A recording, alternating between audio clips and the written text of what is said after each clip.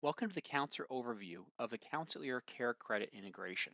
In this overview, we're going to review the basic steps for activating the CareCredit integration within CounselEAR, as well as how you utilize the CareCredit features within a patient invoice. So to start with the activation process, let's click on Administration in the top menu bar, and then select Clinic List. In your clinic list, go ahead and select a clinic and edit. Now within the clinic administration screen, we're going to go ahead and select the Financials tab.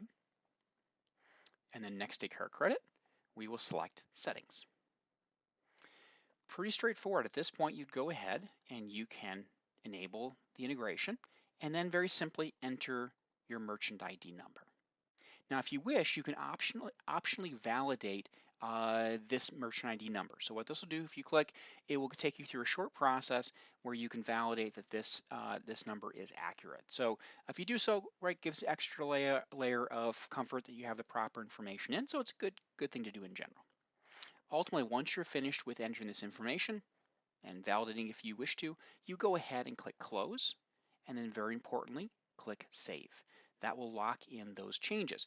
And then if you have multiple locations, you'd repeat this process for your additional locations.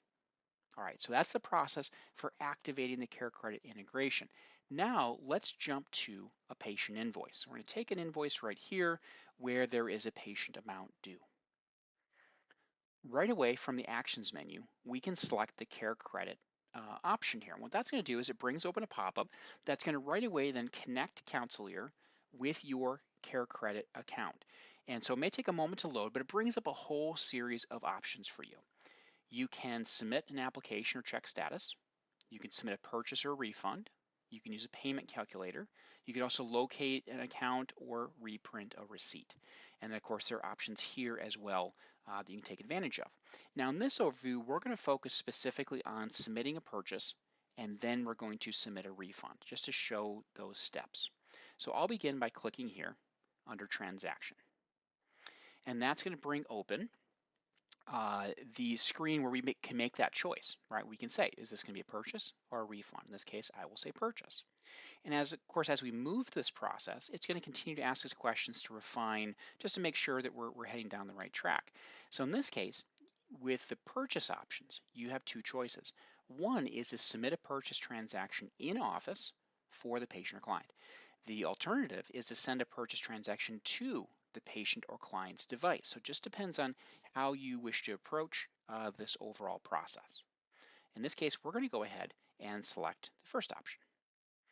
Now from there, we're going to go ahead and enter the card number. Okay, there also is a lookup feature as well. And then we'll enter the expiration date, if there is one there. As noted here, there are times when one isn't there, so you just check this box. And then we're going to go ahead and click continue. All right, so we're going to set the stage that this is a transaction we're completing in the office. Now, right away, we can see that it brings open more information. So we can see the available credit, for example, right? We can see cardholder information. So this would be the patient's name. We can see the purchase amount. Now, you can modify this, right? So you could change this if needed.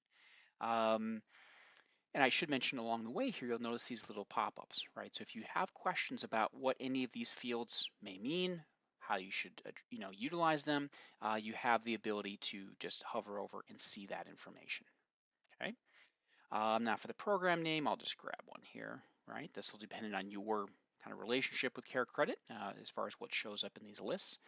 But then the next thing we want to do is we want to pick a service completion date. Now this is something that needs to be in the future, but no more than 365 days out. So we're going to go ahead and click on the date. I'm going to go ahead and just enter a quick date here. There we go. And then down below, we can see where we can select a promotional financing option, right? So you pick whatever's appropriate. If you have questions as part of this, you can click here on details, and it will then show you more details related to that specific financing option, okay? So I'll just take the first one on the list. All right, now as we go to the bottom here, we're going to go ahead and click Submit.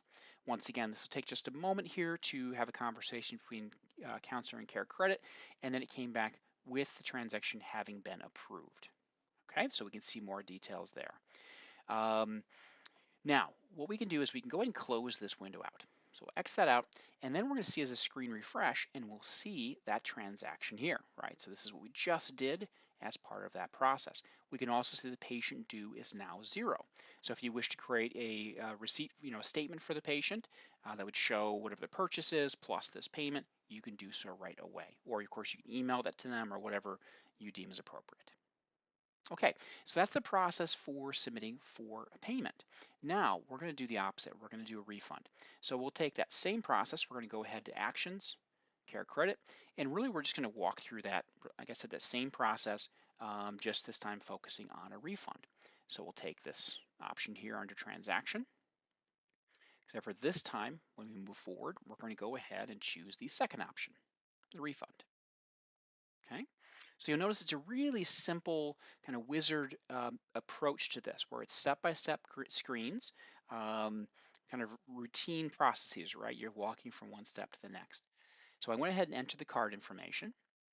In that case, because this is a transaction that occurred, I didn't have to enter the expiration date and CVC.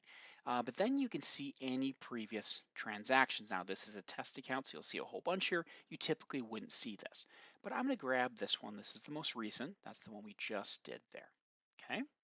And then we'll scroll to the bottom. We can see more details. So this does give the ability for a partial refund as well, if that applies. Okay.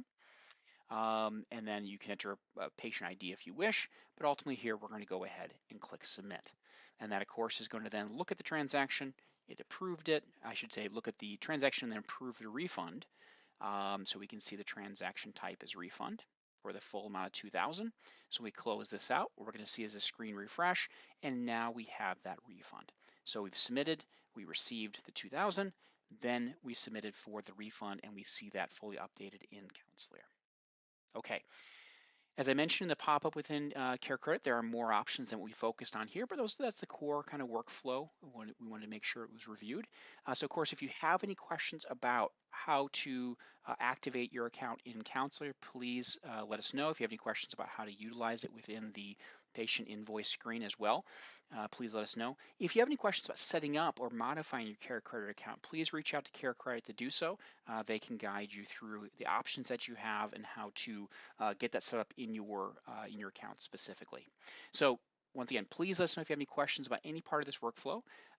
And thank you for joining us for the CounselEAR CareCredit integration overview.